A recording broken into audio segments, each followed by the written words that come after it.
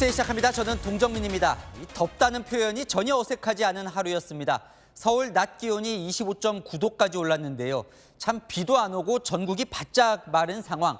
어제 전국 35곳에 이어 오늘도 10곳에서 추가로 산불이 났습니다. 어제부터 이어진 이 충청 지역 산불, 꺼질만 하면 강풍이 불어 다시 타오르고 있습니다. 집도 불타고 농장에 돼지 염소가 타 죽어도 손 쓸 방법이 없는 피해 주민들. 망연자실하고 있습니다. 김태영 기자입니다. 산불이 훑고 간 자리. 남은 거라고는 잿더미뿐입니다. 여기서부터 시작했어요. 여기 이쪽에 막 그 상황이 막 다 불바다였었거든요. 30년 동안 돼지를 키워온 이 축산 농가는 이번 불로 돼지 860마리를 잃었습니다. 말할 거 없죠. 돈을 떠나서 내가 키우던 짐승이고. 돼지 농장을 삼킨 산불은 근처 염소 농장까지 덮쳤습니다. 마음이 찹찹하죠. 지금도 이 불 와중에도 얘들 살려주고 있지 않습니까? 그렇게 내 마음은 뭐 이루 말할 수 없고. 산불이 지나간 자리입니다. 집은 모두 타서 흔적이 없고요. 이 농기계도 이렇게 뼈대만 남았습니다. 현장에는 아직도 매캐한 연기가 계속 나고 있습니다. 이번 불로 충남 홍성군에서는 주택 32채를 포함해 67개의 시설물이 탔습니다. 230명 넘는 주민이 대피해 학교 강당에서 지내고 있습니다. 하나도 없죠. 불이 이렇게 확산되니까 그냥 참 미처 생각도 안 한 무달 사이에 그렇게 불이 달라붙더라고요. 당국은 산불 대응 4단계 중 3단계까지 발령하고 진화에 나섰지만 오늘 초속 9.6m로 부는 샌바람이 문제입니다. 강풍이 불기 때문에 그렇습니다. 산불은 강풍으로 인해서 급속히 확산되고 있습니다. 오후 4시 기준 피해 면적은 1,100헥타르를 넘었고 진화율은 58%입니다. 이런 가운데 낮 12시 20분쯤 전남 한평에서도 산불이 났습니다. 대응 2단계가 발령된 가운데 주민 80여 명이 대피했습니다. 비슷한 시각 경기 남양주시 와부읍에서도 산불이 나 헬기 6대와 진화 장비 22대를 투입해 진화 작업을 벌이고 있습니다. 채널A 뉴스 김태형입니다. 어제부터 불이 꺼지지 않고 있는 충청 지역 이 산에는 요양시설이 많습니다. 거동이 불편한 노인분들 대피하느라 또 대피에서도 불편한 대피시설에 밤을 꼬박 새야 했습니다. 김용선 기자가 취재했습니다. 어제 낮 12시쯤 발생한 산불을 피해 대피한 요양시설 입소자들이 체육관에 모여 있습니다. 산불로 놀란 데다 낯선 대피소 환경이 불안한 장애인들과 노인들은 대부분 밤을 꼬박 새웠습니다. 어제 밤에 사실 거의 잠을 못 주무셨어요. 낯설기도 하고 그리고 식사도 잘 못 하셨거든요. 산불이 난 충남 금산과 대전 서부 지역은 도심과 가까운 데다 휴양림도 있어 16개 요양시설이 밀접해 있습니다. 대부분 거동이 불편한 입소자들과 이들을 일일이 챙겨야 하는 종사자들까지 900여 명은 대피 명령을 받고 겨우 몸만 빠져나와야 했습니다. 오늘 오전 진화율이 80%대로 높아지면서 시설로 복귀를 시작했지만 강한 바람에 산불이 번지며 또다시 대피하는 일도 벌어졌습니다. 불길이 다시 살아나면서 이 요양시설에 있던 18명은 또다시 대피했습니다.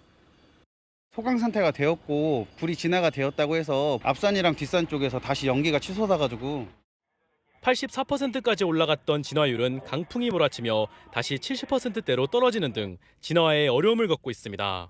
꺼졌다가 타고 바람 불면 또 살아나고 또 살아나고 헬기가 또 그 짝으로 갔다가 또 이 짝으로 왔다가. 소방당국은 이틀째 야간 진화 작업에 들어갔습니다. 이상 고온에 건조한 날씨가 계속되면서 올 들어 지난달 말까지 산불 건수는 376건으로 최근 11년 동안 최대치를 기록했습니다. 채널A 뉴스 김용성입니다. 어제 서울 한복판 인왕산에서도 불이 났었죠. 소방 인력 5,000명이 동원돼 등에 물을 지고 산에 올라가서 진화 작업을 했는데도 불을 완전히 잡는 데 25시간이나 걸렸습니다.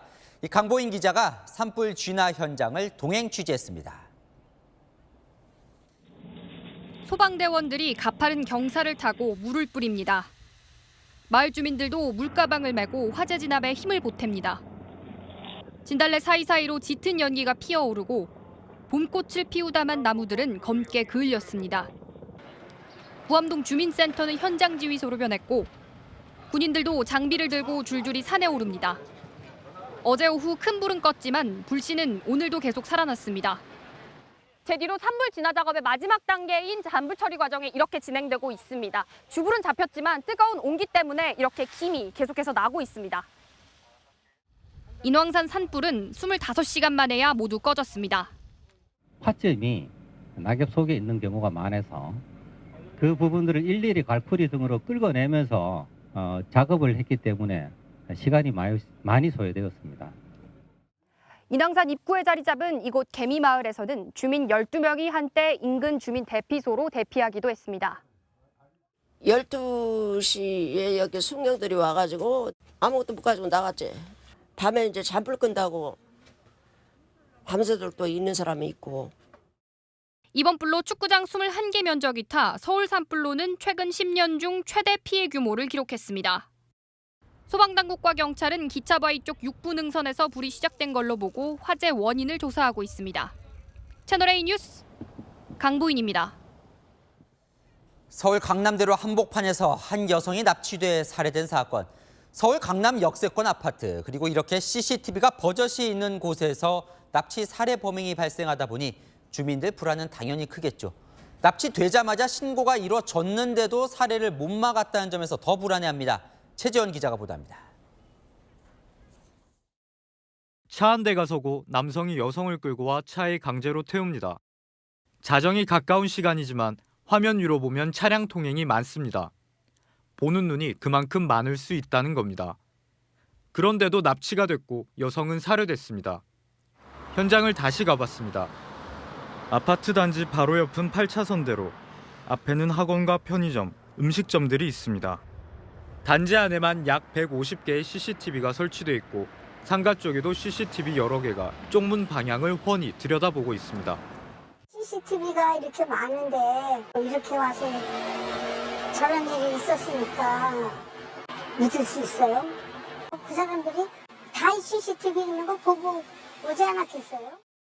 범인이 차를 세워둔 길가에는 방범용 CCTV도 있는데 강남구에만 이런 CCTV가 7,200여 대가 거미줄처럼 깔려 있습니다. 지하철역까지는 도보로 10분 이내로 퇴근하는 시민들이 많은 곳이지만 범인들은 대범했습니다. 좀 놀라웠어요. 진짜 강남에서 일어난 일이라서. 그동안 이런 일이 없었는데.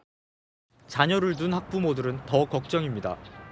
범행이 일어난 아파트 단지에서 도보 10분 거리 안에 있는 학교만 5곳이 넘습니다. 학원에다 24시간 독서실까지 있어 밤마다 불안에 떨 수밖에 없습니다. 이제는 진짜 매일 데리러 가야겠구나 하는 생각도 들고 무엇을 믿고 살아야 되는가 그런 거에 대한 굉장히 걱정이 많이 되는 상태예요. 경찰의 초동 대응 부실 정황도 속속 드러나면서 주민 불안은 더 커지고 있습니다. 채널A 뉴스 최재원입니다.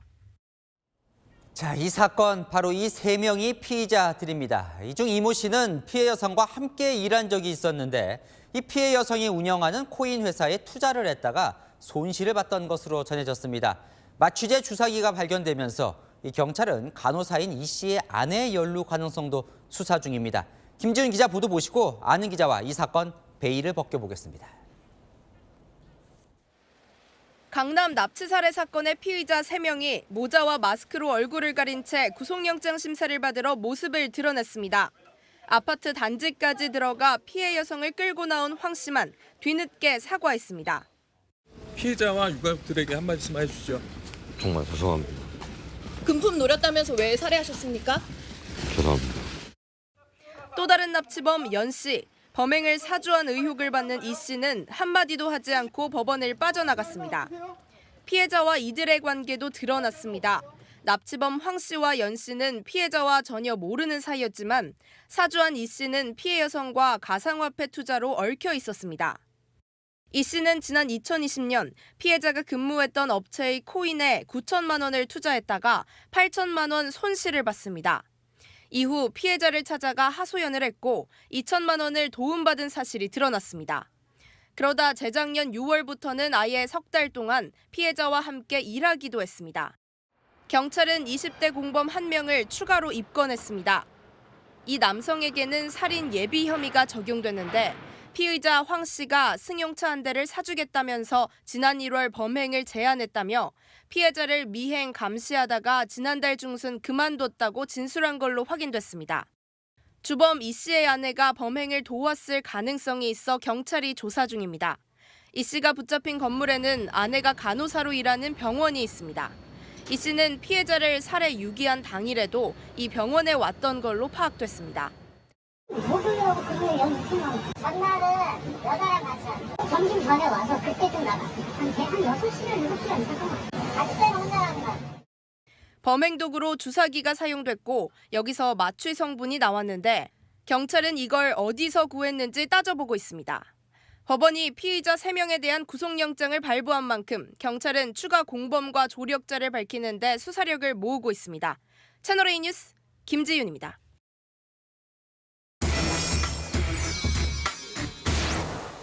아는 기자, 강은하 사건 팀장 나왔습니다. 자, 주말 사이에 이 강남 대로변 납치에 많은 분들이 참 불안해하시던데 네. 서서히 베일이 벗겨지고 있습니다. 그런데 새로운 인물이 계속 등장을 해요? 네, 그렇습니다. 이 현재까지 드러난 이 납치 살해 등장인물 모두 5명입니다. 지금까지 피해자를 차량에 태워 납치 살해한 황모 씨와 연모 씨, 그리고 이를 사주한 혐의를 받는 이모 씨가 있었는데요. 오늘 20대 남성 A 씨가 살인 예비 혐의로 추가 입건됐습니다. 더 수사해 봐야겠지만 이 씨의 간호사 아내도 등장합니다. 참 이 공개된 영상을 보면 여성이 강하게 반발하는데도 어떻게든 태우잖아요. 네. 자, 보면 이 여성을 대상으로 치밀하게 준비를 좀 했던 것 같습니다. 네, 이 오늘 추가 입건된 이 20대 A 씨는요, 이 납치범들과 배달 대행 일을 하면서 알게 된 사이인데 지난 1월 범행 제의를 받았고 지난달 중순까지 미행과 감시를 해왔습니다. 이 황 씨는 A 씨에게 피해자로부터 코인을 빼앗아서 이 승용차 한 대를 사주겠다는 제안을 했고 이 렌트카를 이용해서 둘 또는 셋이서 함께 미행을 해왔다고 진술했는데요. 다만 이 범행 시기를 고민하던 중 A 씨가 미행과 감시가 너무 힘들어서 무리해서 이탈했다고 밝혔습니다. 그런데 이렇게 오랜 시간 치밀하게 준비한 것 치고는 허술한 부분이 많습니다. 목격자가 있는 이 강남 한복판에서 범행을 저질렀고 렌트카도 아닌 본인의 차량을 이용해서 이 납치를 했죠. 그만큼 상황이 급했거나 또는 절박했을 것이란 분석이 나옵니다. 청구하는 어떤 내용을 실행하라 이런 요구를 받았는데 차일피일 두세 달을 계속 미행을 하면서도 실행을 못하다 보니 결국은 코너에 몰려서 지금 이렇게 대담하게 범죄를 저지른 것으로 보인다. 이 피해 여성을 살해하기 전에 수면제를 투약한 흔적이 네. 있는데 그러다 보니까 공범의 아내와 관련이 있을 수 있다. 이 부분 지금 수사 중인 거죠. 맞습니다. 이 씨는 이 납치 다음 날 오전 이 아내가 간호사로 근무하는 병원에 찾아옵니다. 근무사이 좀 돼가지고 수술 받으러 이제 같이 따라와 준 줄 알고. 왜냐면 그 정도 오래 주차를 하면 수술 그런 거 아니고서는 그렇게 오래 안 하거든요. 네, 오전 10시쯤 와서 오후 6시까지 꽤 긴 시간 건물에 머문 이 씨는 다음 날 또다시 같은 건물을 찾았다가 들이닥친 경찰에 옥상에서 체포됐습니다. 그런데 범행 도구로 주사기와 약물이 나오면서요, 이 아내가 근무한 병원과의 연관성에 주목하게 된 겁니다. 경찰은 실제 피해자에게 약물을 투여했는지 여부는 부검 결과를 종합해서 확인할 예정이라며 관련 수사를 더 진행해야 하는 상황이라고 밝혔는데요. 이 씨 변호사는 의사가 콜라겐, 미백 주사를 자유롭게 맞으라고 허락을 해서 아내가 주사기를 가져간 것일 뿐이라며 이 마취 효과는 없는 약품이라고 주장했습니다. 이 씨 아내는요, 내일까지 연차를 내고 현재 병원에 나오지 않고 있습니다. 자, 가장 궁금한 대목 중 하나는 대체 왜입니다. 왜? 네. 왜 저런 범행을 저질렀을까? 가상화폐와 관련이 있어는 보이는데 뭘 하려고 했던 걸까요? 네, 여기서 진짜 주목해야 될 것이 바로 피해자의 휴대전화입니다. 이 피해자가 납치 후에요. 이 납치 일당과 사주한 이 씨가 이 용인 부근에서 만나는데요. 여기서 이 씨는 피해자의 휴대전화만 챙겨서 서울로 되돌아갔고요. 이 납치범들은 피해자를 데리고 대전으로 내려갔습니다. 이 가상화폐를 이체하기 위해서 이 휴대전화만 먼저 챙겼을 수 있는 거죠. 특히 이 씨는 재작년 이 피해자와 같은 코인 채굴업 회사에서 일을 했었는데요. 이때 피해자의 가상화폐 보유 규모나 혹은 관련 정보를 입수했을 가능성이 높습니다. 다만 경찰은 가상화폐를 이체하려는 시도가 있었다는 진술은 있지만 실제 이체 여부는 아직 확인하고 있다고 말했습니다. 네, 아직 밝혀야 될 대목이 많은 것 같군요. 아는 기자 강은하 기자와 살펴봤습니다. 네, 2030년 부산 엑스포 윤석열 정부가 사활을 걸고 유치전에 뛰어들었습니다. 유치구 결정에 큰 영향을 미치는 국제박람회 기구 실사단이 어제 입국해서 본격적인 점검 활동을 시작했는데요. 정부와 국회, 재계 부산시의 총력전도 시작됐습니다. 조영민 기자입니다. 어제 한국에 도착한 국제박람회 기구 실사단이 바쁜 첫날 일정을 시작했습니다. 오전엔 이창양 산업부 장관과 면담한 뒤 부산 엑스포 유치위원회의 유치 계획 발표를 들었고 이후 최태원 대한상의회장 등 10대 기업인들이 준비한 환영 오찬에 참석했습니다. 부산 엑스포! 오후에는 국회를 찾아 여야가 채택한 부산 엑스포 성공 유치 결의문을 전달받았습니다.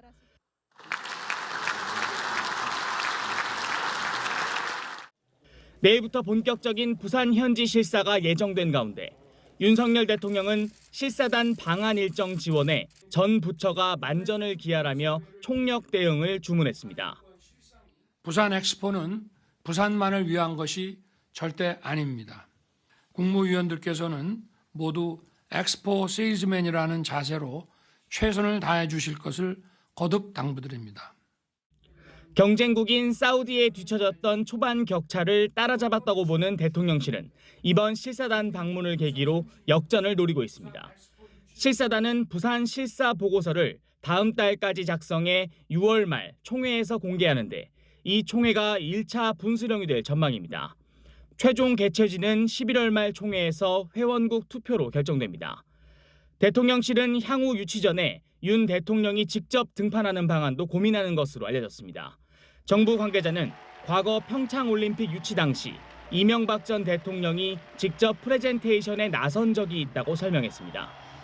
윤 대통령은 오늘 오후 마크 루터 네덜란드 총리와의 전화 회담에서 엑스포 유치 지지 의사를 전달받고 감사의 뜻을 전하기도 했습니다. 채널A 뉴스 조용민입니다. 네, 내일 실사단이 방문할 부산은 열기가 뜨겁습니다. 이미 그제부터 유치 기원 행사가 시작됐고요. 이 실사단이 지나갈 길목마다 엑스포 관련 시설로 꾸며졌습니다. 홍진우 기자가 보도합니다. 광안리 밤하늘을 수놓은 1,500대의 드론이 시민들 환호 속에 부산 엑스포 유치 기원글도 새깁니다. 해운대로 가는 길목에는 엑스포 정원이 꾸며졌습니다. 런던 엑스포에 첫 등장한 증기 기관차, 시카고 엑스포에서 데뷔한 대관람차 모형이 눈길을 끕니다. 해운대 모래탑에는 파리 엑스포 당시 에펠탑과 에디슨의 전구 등이 새겨져 월드 엑스포 유치 분위기를 높이고 있습니다. 하나둘 모인 시민들의 유치 염원 쪽지는 벽을 가득 메웠습니다. 이제 부산 엑스포 유치 되면 정말 부산 시민으로서 많이 자랑스러울 것 같습니다. 부산 엑스포 유치 기원합니다. 을숙도부터 해운대까지 엑스포로 물든 부산의 모습에 관광객들도 매료됐습니다. 투어를 했는데 거기 버스에도 홍보가 많이 됐었고 계속 사진도 찍었거든요. 근데 지금 또 여기 해운대 와서 보니까 멋있어서. 내일 부산을 찾는 엑스포 실사단은 먼저 을숙도 생태공원에서 부산의 자연과 첫 대면합니다. 모레에는 엑스포 개최 예정 부지인 부산 북항에서 부산 엑스포의 청사진을 보고 받습니다. 유치위원회는 실사 마지막 날인 6일 유엔기념공원에서 세계평화구연이라는 엑스포의 의미를 전달합니다. 피날레는 광안리 해변에서 펼치는 야간 불꽃쇼로 장식합니다. 부산 엑스포 유치를 염원하며 100만 명의 관광객과 함께 실사단의 마음을 사로잡을 예정입니다. 채널A 뉴스 홍진우입니다. 오늘부터 사흘간 진행되는 국회 대정부 질문이 시작됐습니다. 정치 외교 분야인 첫날, 일본 후쿠시마 오염수 방류를 두고 불안하다는 야당과 괴담 확산을 멈추라는 정부 여당이 세게 맞붙었습니다. 유준 기자입니다. 더불어민주당은 윤석열 대통령이 방일 당시 후쿠시마 오염수 방류에 대해 국민 이해를 구하겠다고 했다는 일본 언론 보도를 거론하며 공세를 폈습니다. 대통령이 그런 말씀 하셨는지 안 했는지 정말 궁금해하고 불안해하고 있잖아요. 근데 총리께서 왜 이렇게 태평하세요? 우리 정부가 정정 보도 요청하시라고요. 항의하시고. 언론 보도에 대해서는 외교 채널을 통해서 분명하게 우리의 그 입장을 전달을 하고 있습니다. 일본에서는 이 정상회담이 끝나고 의제도 없었다는 모든 얘기를 쏟아내기 시작했습니다. 독도 문제, 후쿠시마 문제. 논의한 적이 없다고 하는데 계속 논의했다고 그러시면은 그러면 제가 여기서 어떻게 답변을 하겠습니까? 여야 지도부는 후쿠시마 오염수와 관련해 서로의 주장을 괴담이라면서 날선 공방을 이어갔습니다. 미국산 쇠고기 먹으면 뇌에 구멍이 숭숭 뚫린다. 사드 전자파에 몸이 튀겨질 것이라는 등 해괴망측한 괴담을 퍼뜨렸지만 모두 새빨간 거짓말이었습니다. 국민의 목소리를 괴담으로 치부하고 있습니다. 괴담의 진원지는 윤석열 대통령과 정부입니다. 민주당 의원들은 이번 주 주한 일본 대사관과 후쿠시마를 찾아가 공세를 이어갈 계획인데 국민의힘은 일본 가짜뉴스에 동조하는 게 친일 행위라고 맹비난했습니다. 채널A 뉴스 유주은입니다. 대정부 질문에서는 한동훈 법무부 장관과 민주당 사이에 거센 충돌이 이어졌습니다. 민주당 의원이 50억 클럽과 김건희 여사 특검을 주장하며 여론이 우세하다 하자 한 장관, 이재명 대표 체포 동의안 부결도 다수가 반대한다고 맞받았습니다. 최수연 기자입니다. 한동훈 법무부 장관은 이재명 민주당 대표 등 야당 의원에 대한 검찰 수사를 두고 민주당과 신경전을 벌였습니다. 이번 수사가 한동훈 장관이 주도한 너무 티나는 정치기획 수사라고 하는 건 우리 국민들도 저도 확실히 그건 알겠습니다. 비하기 너무 심하시네요. 녹음까지 있는 뇌물 사건입니다. 그리고 거기에 대해서 지금 여기에 대해서 계속 연장으로 3.1절까지 껴가지고 방탄하신 거에 대한 반성을 하실 문제지. 검찰 수사권의 원상복구, 이른바 검수원복 시행령을 유지하겠다는 입장도 거듭 밝혔습니다. 장관이 입법권을 우습게 보고 무시하고 시행령으로 쿠데타를 한다고 얘기를 하는 겁니다. 위원님이 말씀하시는 거고요. 시행령 쿠데타라는 말 자체는 그런 만든 조어죠. 그건 사실과 다르다고 합니다. 오히려 정권 바뀌기 직전에 이렇게 위탈당하면서 이렇게 과하게 입법하는 거, 이거야말로 더 문제가 있는 것 아니겠습니까? 김건희 여사와 대장동 50억 클럽 등 쌍특검 법안에 대한 국민 요구가 높다는 주장에는 이재명 대표 체포 동의안으로 맞섰습니다. 여론조사를 그렇게 취사 선택해서 입맛에 맞는 것만 말씀하시면 전 적절하지 않다고 생각합니다. 여론을 말씀하신다면 이재명 대표에 대한 체포 동의안 부결이 잘못됐다는 것도 50%가 훨씬 넘습니다. 왜 그건 안 보십니까, 그럼? 신경전도 벌어졌습니다. 장관이 애창곡이 있습니까? 예? 애창곡이 있습니까? 애창곡이요? 윤도현은 아닌데요. 제가 특별히 노래 부르는 거 좋아하지는 않습니다. 장관님, 떠나는 법무부 장관의 뒷모습이 아름다워야 됩니다. 자신 있습니까? 저는 그냥 하루하루 저에게 주어진 임무를 피하지 않고 열심히 하려는 생각뿐입니다. 떠날 때는 그냥 떠나면 되지 않겠습니까? 한 장관은 여권 일각의 총선 차출론에 대한 질문에는 저와 무관한 얘기라며 일축했습니다. 채널A 뉴스 최순입니다. 이른바 50억 클럽과 관련해 검찰은 박영수 전 특별검사에 대한 수사에 속도를 올리고 있습니다. 이 박 전 특검 측이 대장동 사업자 선정 직후 김만배 씨에게 5억 원을 보낸 사실을 확인했는데요. 투자금은 아니었는지, 그렇다면 박 전 특검이 대장동 일당의 일원은 아닌지 수사 중입니다. 구자준 기자입니다. 화천대유가 대장동 개발 사업자로 선정된 건 지난 2015년 3월 27일. 그로부터 일주일 뒤 박영수 전 특검은 김만배 씨에게 5억 원을 보냈습니다. 그해 7월엔 대장동 사업을 위한 특수목적법인 성남의뜰이 자본금 50억 원으로 설립됐는데 박 전 특검은 같은 달 화천대유 고문에 임명됐고 다음 달엔 딸이 화천대유에 입사했습니다. 검찰은 박 전 특검을 통해 김 씨에게 넘어간 5억 원의 성격을 집중 수사해왔습니다. 무자본으로 사업을 시작한 대장동 일당들에게 초기 사업비가 부족했던 만큼 일종의 투자금으로 쓰였을 가능성이 있기 때문입니다. 검찰은 박 전 특검이 초기 투자 비용을 내고 배당금을 받는 화천대유 측에 이름을 올리지 않는 대신 측근을 통해 200억 원의 대가를 약정받았을 가능성을 수사하고 있습니다. 실제로 우리은행 컨소시엄 참여시키는데 역할하셨나요? 그 대가로 뭔가 받으신 게 있으신 거예요? 박 전 특검은 이 5억 원에 대해 김 씨가 분양업체 대표에게 돈을 빌리면서 자신의 계좌를 이용했을 뿐이라고 해명한 바 있습니다. 채널A 뉴스 구자준입니다. 국민의힘 새 지도부가 MZ 마음을 얻기 위한 정책 마련에 안간힘을 쓰고 있습니다. 대학교 1,000원 아침밥 정책에 이어 청년들 통신료 부담을 덜기 위한 지원 검토에 착수했는데요. 이 MZ 세대들이 당에 요청한 민원 내용들이라는데 이 교통비 지원도 살펴보겠다고 합니다. 유승진 기자입니다. 국민의힘이 청년층을 대상으로 모바일 데이터를 지원하는 방안을 검토하고 있습니다.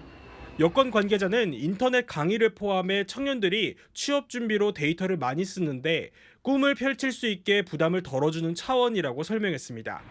국민의힘은 오늘 SK텔레콤 관계자와 만나 관련 논의를 시작했습니다. SK텔레콤은 오는 6월 1일부터 같은 요금으로 더 많은 데이터를 제공하는 만 34세 이하 전용 요금제를 신설합니다. 국민의힘은 모든 통신사에게 청년 요금제 확대를 요청할지 정부 자금 지원이 필요할지 등을 살펴볼 방침입니다. 새 지도부는 당 민생특위인 민생119 첫 회의에서 고물가 여파로 인기가 높아진 편의점 도시락을 직접 먹어보기도 했습니다. 이렇게 싸니까 이게 더 지금 많이 몰린다는 그만큼 어렵다는 겁니다. 경제적으로. 그렇죠. 대학생 1,000원 아침밥 확대에 이어 MZ세대를 겨냥한 정책을 잇따라 내놓는 건 지지율과도 무관치 않습니다. 지난달 초 40%대였던 20대 지지율은 한 달 새 30%까지 떨어졌습니다. 국민의힘은 중고등학생과 달리 대학생 할인이 없다는 교통비 관련 민원이 들어오면서 관련 추가 지원 방안도 검토 중입니다. 채널A 뉴스 유승지입니다. 오늘은 제주 4.3 75주년입니다. 윤석열 대통령은 국무총리가 대독한 추념사를 통해 희생자들의 명예회복을 약속했는데요. 문재인 전 대통령, 이재명 민주당 대표 등 총출동한 야권은 대통령의 불참을 거론하면서 진정성이 없다고 비판했습니다. 윤수민 기자입니다. 제주 4.3 희생자 75주년 추념식에서 희생자들의 넋을 기리는 묵념 사이렌이 울리자 참석자들이 고개를 숙입니다. 이번 추념식은 코로나19 이후 3년 만에 대규모로 개최됐는데요. 윤석열 대통령 대신 한덕수 국무총리가 참석해 추념사를 대독했습니다. 정부는 4.3 희생자들과 유가족들의 명예회복을 위해 최선을 다하고 국민의힘 지도부는 일부만 참석했고 김기현 대표 등은 서울에 머무르면서 검은 정장에 동백꽃을 가슴에 달고 희생자들을 추모했습니다. 반면 제주에 총집결한 민주당 지도부는 윤석열 대통령의 불참에 날을 세웠습니다. 정권의 퇴행적 모습 때문에 4.3을 부정하는 극우 세력들까지 활개를 칩니다. 야구장에서 공 던질 시간은 있어도 추념식에 참석할 시간은 없는지 모르겠습니다. 대통령실 관계자는 작년에 당선인 신분으로 갔었기 때문에 올해는 총리가 방문하는 게 자연스럽다고 판단했다고 말했습니다. 문재인 전 대통령도 전직 대통령으로서는 처음으로 제주를 찾아 개별 참배를 했습니다. 여전히 4.3을 모독하는 그런 행위들이 이루어지고 있어서 매우 개탄스럽게 생각하고 가슴 아프게 생각을 합니다. 문 전 대통령의 도착이 늦어져 이 대표와의 만남은 이뤄지지 않았습니다. 채널A 뉴스 윤수민입니다.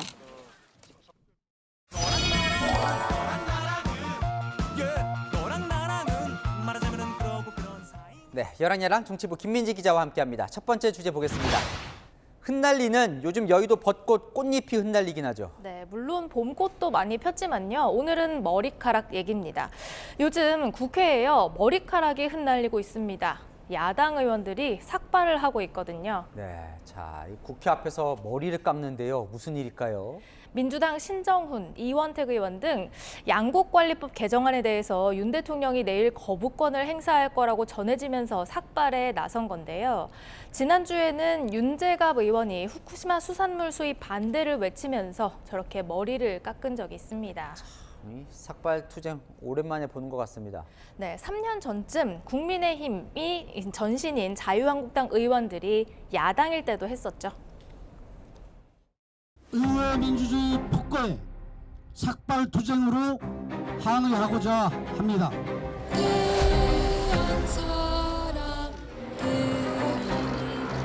이 저항의 정신은 어떻게 하면 표시할 수 있을까? 비록 별것 아니라고 생각할 수도 있겠지만 삭발을 하기로 했습니다. 즉시 조국 장관을 해임하고 국민들께 사과하십시오. 당시 삭발 릴레이가 확산되자 민주당은 비판했는데요. 위법하고 위선적이고 위험한 피의자 조국을 파면시키고 우리 머리 다 삭발합시다. 국민이 지금 잠을 못 자고 있는데. 조국에게 마지막 통첩을 보냅니다. 스스로 그 자리에서 내려와라. 관심을 극대화하기 위한 삭발 릴레이가 냉소를 극대화하는 길이 되지 말라는 법이 없습니다. 삭발 순서대로 공천이 보장된다더라라는 웃지 못할 얘기들이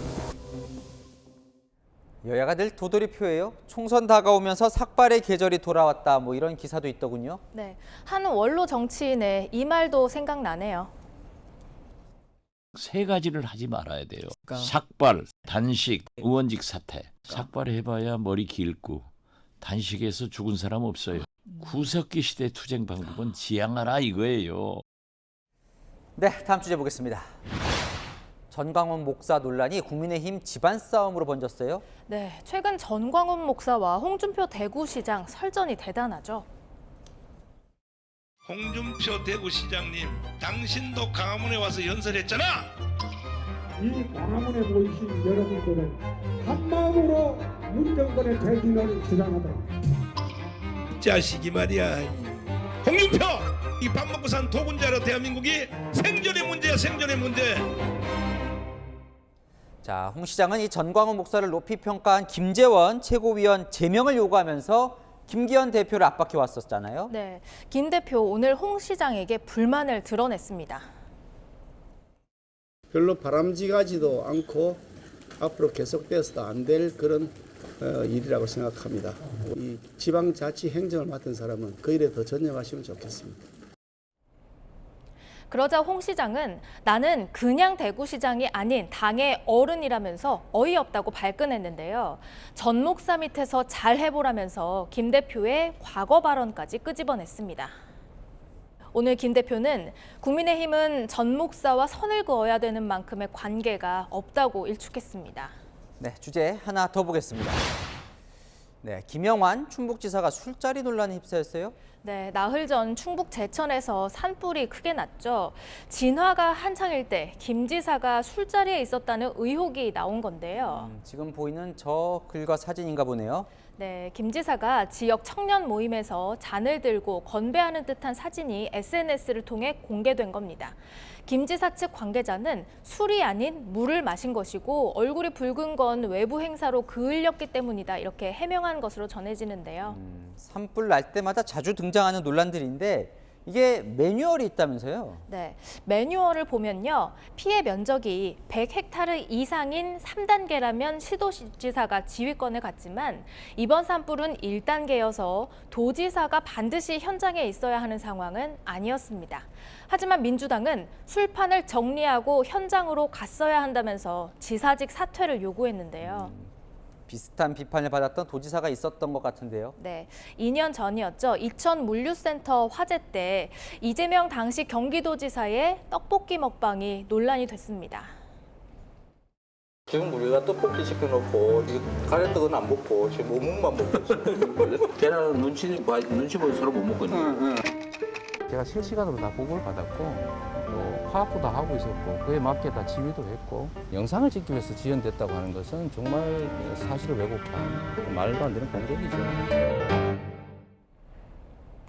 당시 이 지사 측은 화재 발생 즉시 현장에 반드시 도지사가 있어야 한다고 비판하는 건 과도한 주장이라고 했죠. 매뉴얼은 지켰을지 몰라도 우리 지역이 타들어가는데 도지사가 먹방 찍고 술잔 건배하는 모습을 본다면 도민들 마음은 어떨까요? 네, 정치는 책임이니까요. 네, 여랑야랑이었습니다. 세기 재판을 앞둔 미국은 긴장감이 고조되고 있습니다. 이 법원 출석을 이틀 앞둔 트럼프 전 대통령은 법원 진술을 마친 뒤에 대중연설을 예고했습니다. 이 지지층을 끌어모으겠다는 전략이죠.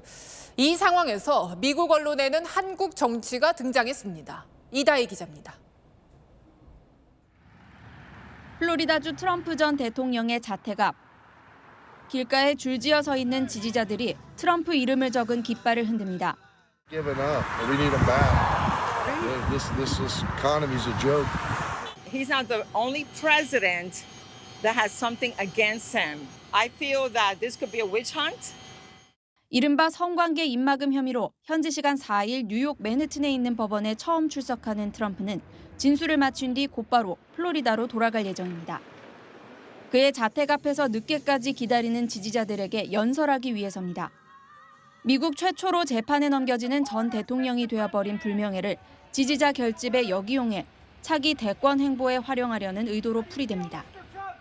미국 주요 언론들은 한국의 과거 상황과 비교하며 전직 대통령에 대한 기소가 되풀이될 수 있다고 우려했습니다.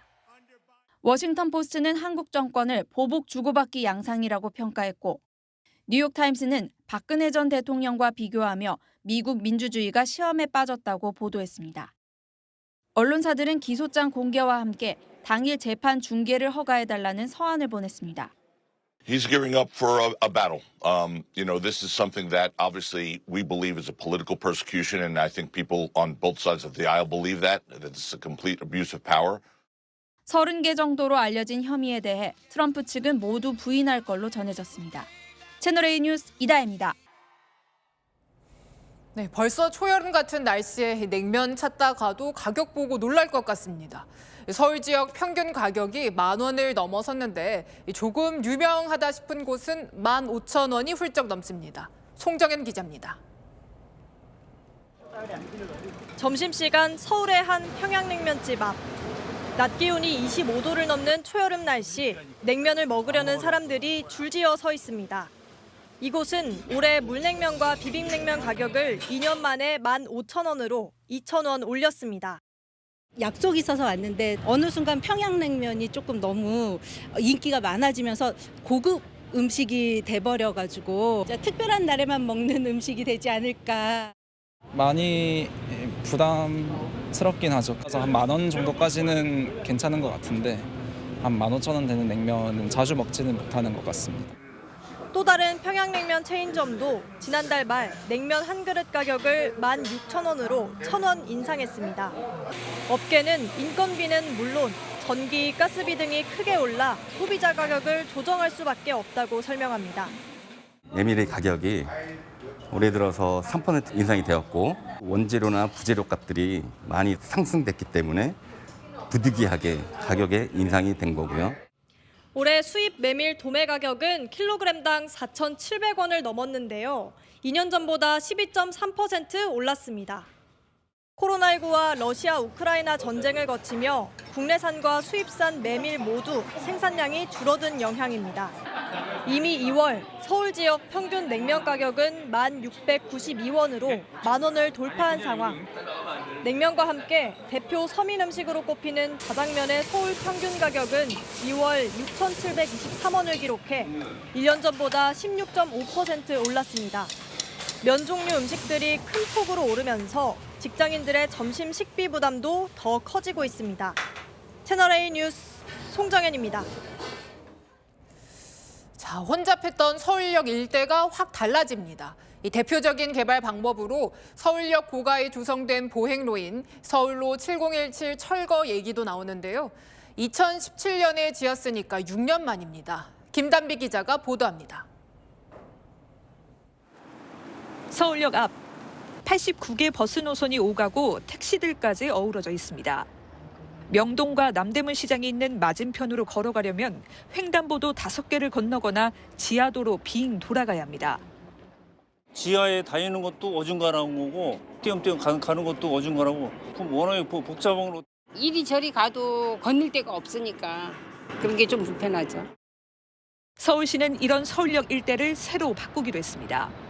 GTX 신설 노선과 버스, 택시 등 환승 체계를 고려하고 KTX 선로 지하화 등으로 생긴 유효 부지를 활용할 계획입니다. 서울역 이 일대가 어떻게 되어야 되는지는 그림을 좀 먼저 좀 제시하는 그런 연구를 봐야 되고 보행이 좀 불편하니 보행 체계를 좀 개선해야 되겠다라는 방향성을 일단은 과업을 좀 잡았는데 서울역 광장을 비롯해 서울로 7017도 개편 대상으로 검토됩니다. 서울로는 박원순 전 시장이 45년 된 고가도로의 차량 통행을 막고 시민들이 걸어 다닐 수 있도록 만들었습니다. 아니 왔다 갔다 하면서 또 먹고 그러지. 뭐 이런 거 입고 하니까 좋긴 한데. 서울시는 서울로를 새로 꾸밀지, 폐기할지 등을 포함해 종합 개발 용역을 거친 뒤 올해 안에 구체적인 계획을 발표할 예정입니다. 채널A 뉴스 김단비입니다. 잦은 사고로 논란인 전동 킥보드, 우리도 고민이지만요. 이 프랑스 파리에서는 아예 전동 킥보드 대여 서비스 찬반을 놓고 시민 투표까지 진행됐습니다. 결과는 하지 말라는 답변이 압도적이었습니다. 김재혁 기자입니다. 지난 2018년 전동 킥보드 대여 서비스를 도입해 현재 15,000대 정도가 운영되고 있는 프랑스 파리. 지난해에만 킥보드 사고로 3명이 숨지고 100여 명이 다치자 이달고 파리시장은 시민투표에 붙여 찬반을 물었습니다. 현지 시간 어제 진행된 투표함을 열었더니 반대표는 89%.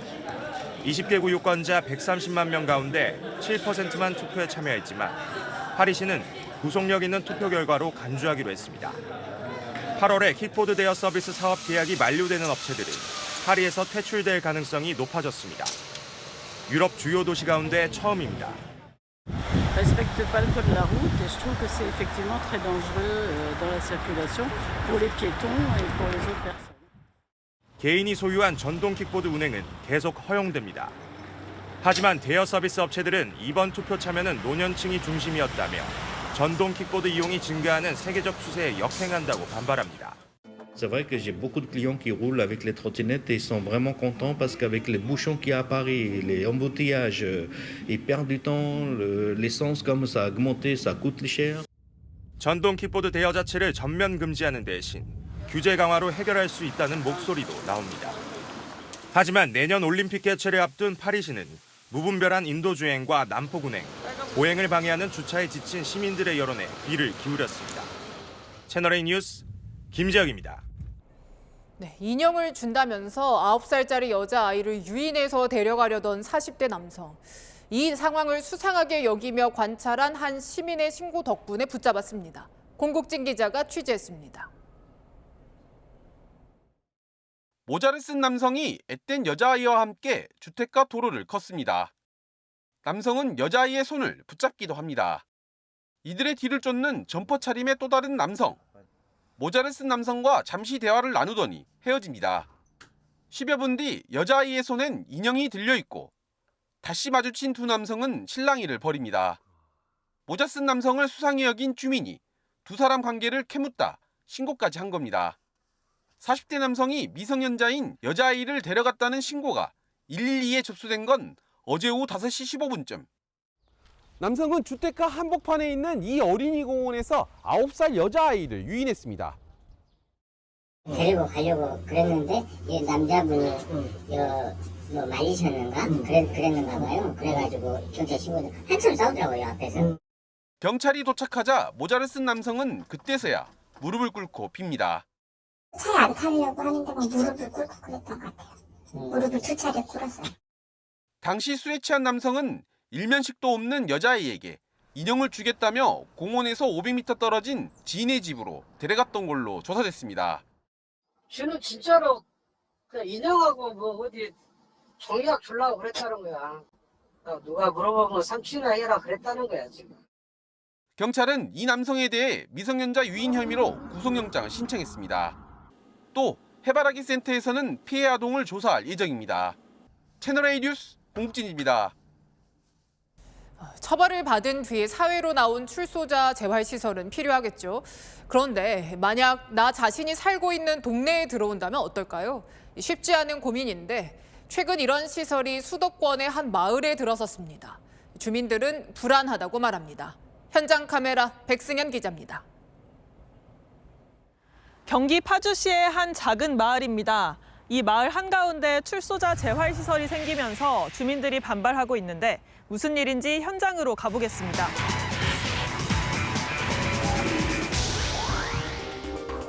이른 아침부터 마을 곳곳을 살펴보는 주민들. 시청 직원에게 CCTV와 비상벨을 달아달라고 요구합니다. 안전망을 설치해달라 이거거든요. 그러니까 어떤 방식이 됐든. 비상벨을 누르면 파출소나 긴급기관에서 바로 올 수 있잖아요. 주민들이 불안해하는 건 출소자 재활시설 금성의 집 때문입니다. 불안한 정도가 아니에요. 길에 나올 수가 없다고요. 조금만 어두워져요. 평상시에 집에 있으면서 창문도 열어놓고 저거 하던 분들이 지금 다 걸어 잠깁니다. 성범죄, 존속살인 등 장기복역 출소자 17명이 거주하는데 바로 앞에는 다가구 주택이, 양옆으로는 단독주택이 있습니다. 소리쳐서 안 되는 경우도 많기 때문에 호루라기 꼭 부르라고 제가 얘기했거든요. 아무것도 모르고 제가 지난 6개월을 넘게 이 지역에 살고 제 딸을 이 지역에 그 유치원에 보냈다라는 사실이 너무 화가 나고. 문제는 금성의 집이 이사 온 지 6개월이 넘도록 주민들은 이곳이 어떤 시설인지를 몰랐다는 겁니다. 2, 3개월 전인가 방문을 한 적이 있었어요. 뭐 하는 데냐 그랬더니 교육시설이라고 얘기를 해서 단순히 그렇게 알고만 있었습니다. 기존 주택을 교정시설로 재활용할 경우 법적으로 허가사항이 아니어서 지자체에 신고만 하면 됩니다. 금성의 집도 파주시의 단독주택을 교정 및 군사시설로 변경해 신청했을 뿐입니다. 사실 금성의 집은 20년 넘게 다른 지역에 있었지만 대규모 주거단지가 생기면서 사실상 쫓겨났습니다. 금성의 집이 원래 있던 곳은 경기 고양시인데요. 일대에 신축 아파트들이 들어서면서 자리를 옮겨 지금은 공터만 남아 있습니다. 아파트에서도 민원 들어가고 저희도 말은 안 해도 대놓고 불안했죠. 전국의 이런 생활관은 법무부가 운영하는 26곳과 민간단체 시설 8곳 등을 포함해 최소 30여 곳에 이릅니다. 시설 관계자는 취업 훈련과 정서적 안정을 통해 재범률을 낮출 수 있다고 강조합니다. 태어나서 생일 축하는 60이 된 사람인데 생일 축하는 처음 받아본대요. 인간적으로 따뜻하게 보듬어주고 이렇게 관리를 해주는데 우리가 2년 동안 이 사람들을 잘 교육 훈련해서 내보내줘요. 나갈 때는 이 사람이 취업할 수 있도록. 출소자들이 내 옆에 모여 산다. 누구에게나 거주의 자유는 있다. 작은 마을에 불안한 공존이 이어지고 있습니다. 현장 카메라 백승현입니다.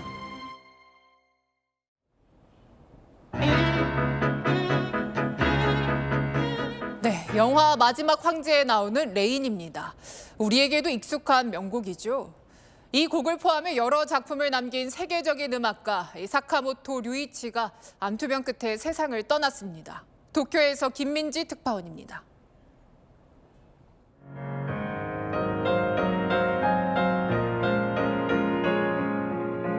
영화음악 거장이자 피아니스트 사카모토 류이치가 직장암과 투병하다 지난달 28일 향년 71세로 세상을 떠났습니다.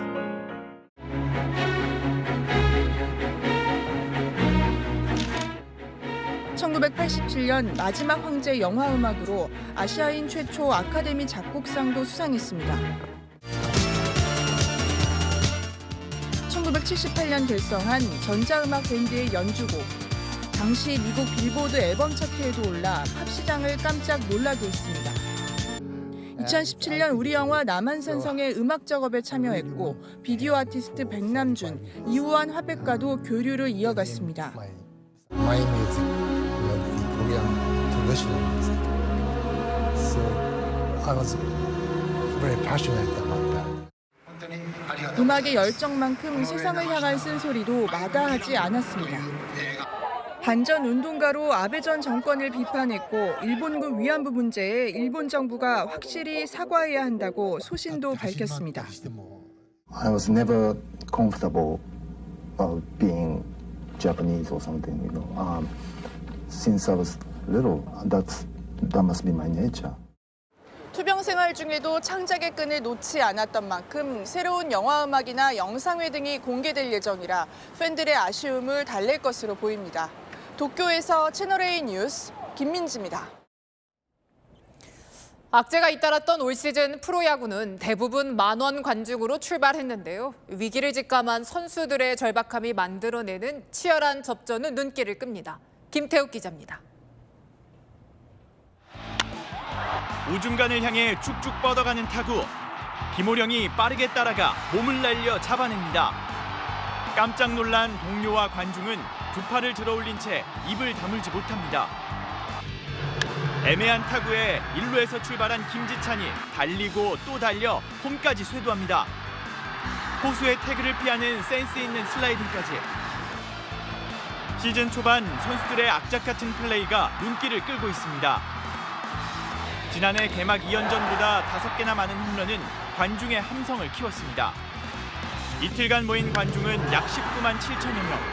지난해보다 2배 가까이 늘었습니다. 대표팀에서 좋은 성적을 못 거뒀는데도 불구하고 이렇게 많이 야구장을 찾아주셔가지고 정말 감사드린다는 말씀 다시 드리고 싶고요. 야구계에 터진 각종 악재에도 팬들은 기회를 준 겁니다. 우선 감사드리고 죄송스럽고 참 만감이 교차합니다. 이제부터 최선을 다해서 팬 여러분들께 정말 실망시키지 않는 사람이 되도록 노력하겠습니다. 위기의식은 곧 절박함으로 드러났습니다. 경기가 끝날 때까지 승부를 알 수 없었습니다. 10경기 중 3경기가 끝내기로 승부가 가려질 정도로 치열한 경기는 재미를 더했습니다. 예상치 못한 번트 작전으로 연장전에서 승리를 챙기는가 하면 초보 감독들은 화끈한 공격력으로 대역전 드라마를 썼습니다. 연거푸 찾아온 위기가 전화위복의 기회가 될지 프로야구는 내일부터 시즌 첫 주중 레이스에 들어갑니다. 채널A 뉴스 김태욱입니다. 반팔이 무색하지 않은 하루였습니다. 고온 건조한 날씨에 산불이 비상인데요. 서울 등 중부 곳곳으로는 건조경보가, 그 밖에 전국 대부분 지역에는 건조주의보가 발효 중입니다. 작은 불씨도 각별히 주의하셔야겠습니다. 대기의 건조함은 내일 비 소식과 함께 해소될 텐데요. 오후부터 제주를 시작으로 밤사이 전국으로 확대되겠습니다.